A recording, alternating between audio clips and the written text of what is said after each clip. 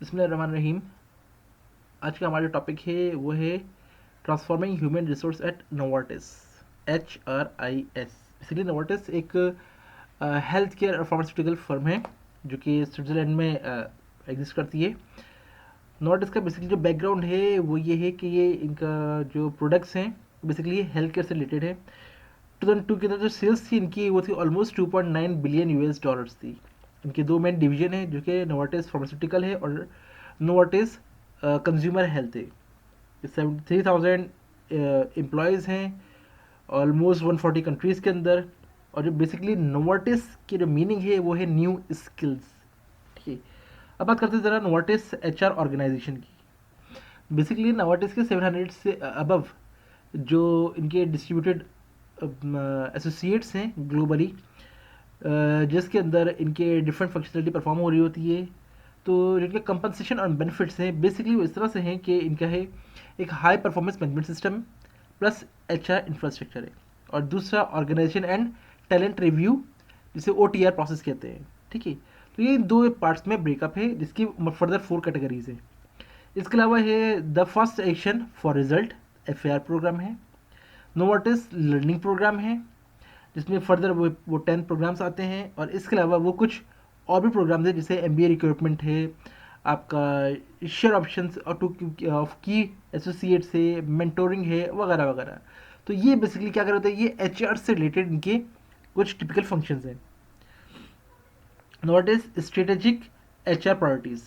जो strategic HR priorities है इसके अंदर आता है talent and acquisition and management, associate engagement and alignment, organizational capabilities and functioning और कंपनसेशन एंड बेनिफिट्स आते हैं। ठीक है, इसी तरह से अगर हम बात करें इसकी HRIS की, अब हम आते हैं अपने टॉपिक पे, दैट इज HRIS। तो HRIS क्या है, वो था IT project. HRIS would consolidate HR data into single global system. देखिए इतना पूरी वर्ल्ड में फैला हुआ था, तो उन्होंने कहा था कि हम क्या करें, हम इसको एक सेंट्रलाइज कर लें। The long term goal of HRIS वो क्या थे, वो थे employees would be able to update their own information on the real time basis via the internet.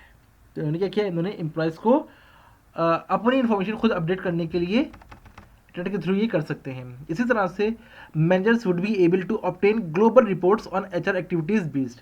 तो आपके जो मैनेजर्स है वो तमाम तरह की जो रिपोर्ट्स हैं वो रियल टाइम में हासिल कर सकते हैं। Mission critical HR process including in the HRIS। जो HRIS डेवलप कर रहे थे उसके अंदर बेसिकली जो उनकी कुछ जो क्रिटिकल ऑब्जेक्टिव्स थे वो क्या थे, performance management system, the organizing and talent review process, compensation data और employ work and life events. ठीक है, तो ये बेसिकली इनके HRIS का वो था, उसमें ये 4 चीज़ों पर इनका फोकस था। वो था परफॉर्मेंस से रिलेटेड, टैलेंट एक्विजिशन से रिलेटेड मतलब आपकी हायरिंग वगैरह से रिलेटेड, कंपनसेशन से रिलेटेड और एम्प्लॉयज़ के वर्क और लाइफ इवेंट्स के रिलेटेड।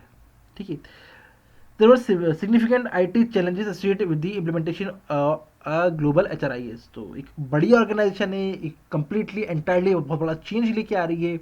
अब वो अपने मैनुअल वर्क को अब ऑटोमेटेड करने जा रही है, तो उनका बहुत ज़्यादा चैलेंजेस से शामिल था। One critical outcome global standards of the key HR programs and policies. तो एक तो इनका बहुत बड़ा प्रॉब्लम ये था कि भाई क्या था, हमारे पास ग्लोबल स्टैंडर्डाइज था, तो इनकी जो HR प्रोग्राम्स थे और पॉलिसीज थी वो ग्लोबल थी। तो ये पूरे के ऊपर एक सिंगल क्या कहना चाहिए कि चेंज इम्प्लीमेंट होने जा रहा था। और यही क्या था इनका बनता की टू सक्सेस बन रहा था। तो HRIS क्यों ज़रूरी था, वाई HRIS? इसके बेसिकली 4 मेजर ऑब्जेक्टिव्स थे। To implement world class HR process and system, to provide HR data in an accurate, timely manner on global basis, to speed up HR decision making process और to reduce HR operating cost। ठीक है, तो ये इनके कुछ मोटे मोटे 4 objectives थे जिसकी बेस पे इन्होंने अपना HRIS को इम्प्लीमेंट करना था। The logic driving the HRIS project वो क्या थी, better people produce better result.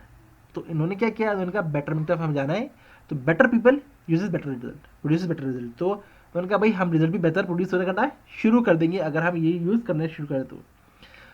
The company had no consistent standards और consolidated database.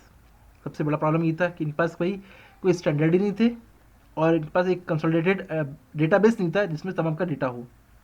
No data in the form to recollect their matrix structure, data available नहीं था, difficulty in supporting the business, difficulty आएगी जब data नहीं है तो, multiple fragmented system, बहुत सारे छोटे छोटे इनके पास डिफरेंट सिस्टम चल रहे थे, हर जगह पे एक अलग सिस्टम चल रहा था, आईटी सिस्टम डिसेंट्रलाइज, जो आईटी का अपना सिस्टम था वो भी अलग अलग जगहों पे बटा हुआ था, डिसेंट्रलाइज था, बहुत सारे वेंडर्स थे इनके, और लीगल और रेगुलेटरी कंप्लायंस वो एक अलग चीज़ थी, वो अलग चल रही थी जो कि कंप्लायंस नहीं हो पा रही थी। तो ये सारे बहुत सारे इनके लिए चैलेंजेस थे। तो एच का प्लान क्या था, उन्होंने कहा था 2.5 ईयर्स के अंदर इसको कंप्लीट करना है। तो इस कंप्लीटेशन के लिए हम क्या करेंगे, implemented in phases, different phases में करके हम इसको कंप्लीट करेंगे, और इसके लिए वेरी एक्सपीरियंस पीपल रिक्वायर्ड होंगे। जब इसकी इम्प्लीमेंटेशन की बात करते हैं तो need for a substantial change of mindset, तो भाई सबसे पहले तो आपका माइंडसेट होना चाहिए, क्योंकि सबसे पहले क्या होता है कि लोग चेंज को रेजिस्ट करते हैं, तो आपको माइंडसेट बनाने की ज़रूरत है। Need to significantly rethink existing process, कि जो हमारा एग्जिस्टिंग प्रोसेस है उसको हमें क्या करना चाहिए, इसको रीथिंक करके रीडिफाइन करना है। तो जो इम्प्लीमेंटेशन चैलेंजेस थे इसमें बहुत सारे चैलेंजेस थे, जिसमें से हमारे पास स्टैंडर्डाइज नहीं था, हमारे पास लोकल रेजिस्टेंस थी, इसके अलावा तो बहुत सारी और भी चीज़ें थी, कम्युनिकेशन गैप था हमारे पास, अवेयरनेस की कमी थी, ठीक है, और एंटिसिपेशन डिफिकल्टीज थी कि भाई आगे क्या होगा, कैसे होगा, किस तरह होगा, क्योंकि पहली बार ये चेंज होने जा रहा था और बहुत बड़ा मेजर चेंज आ रहा था, तो बहुत सारे चैलेंजेस का सामना था, बहुत सारी चीज़ें अनक्लियर थी। तो इसके लिए सजेशन और कुछ रिकमेंडेशन वो थी कि under promises and over deliver, ठीक है, भैया हमने बहुत ज़्यादा प्रोमिस किए हुए थे कि भाई हम ये कर देंगे, ये कर देंगे, अब उसका टाइम था उसको डिलीवर करने का। Senior leadership needs to be committed, कि भाई जो सीनियर मैनेजमेंट है उसको कमिटेड होना पड़ेगा ताकि इसको एग्जीक्यूट करवाया जाए, इसको इम्प्लीमेंट करवाया जाए, वरना ये नहीं हो पाएगा। Disagreement about HRIS system design, अलग अलग लोग अलग अलग तरह से सोच रहे थे, सबका अलग अलग नज़रिया था, ठीक है, तो उस पर डिसएग्रीमेंट बहुत थे, तो जब तक सब एग्री नहीं रहते इसको अप्लाई करना तो आसान नहीं था। मेट्रिसेस आर इम्पॉर्टेंट, तो डिफरेंट फंक्शनैलिटी होती है, तो उसके अकॉर्डिंगली हमारे पास मेट्रिस बन रहे होते, तो उनको भी हमें ख्याल रखना था।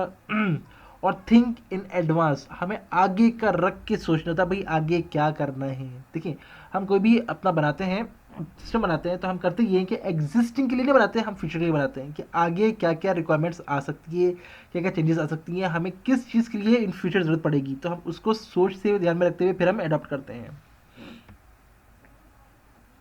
Implementation of HRIS for Novartis along at times painful process, ठीक है भाई, एक लेंदी प्रोसेस था, पेनफुल था, क्योंकि ऐसा काम पहली बार होने जा रहा था, लोग तैयार नहीं थे, स्टैंडर्ड्स नहीं थे, बहुत सारी डिफिकल्टीज थी, तो इसलिए पेनफुल था।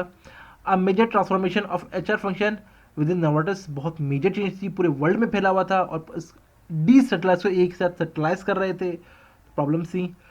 Technical aspects of HRIS correctly, तो टेक्निकल अपनी जगह पे खड़ा हुआ था, देखिए हमारे पास चीज़ें बहुत ज़्यादा फैली हुई हैं तो एक अलग प्रॉब्लम है, और टेक्निकल साइड में एक अलग प्रॉब्लम्स चल रही हैं।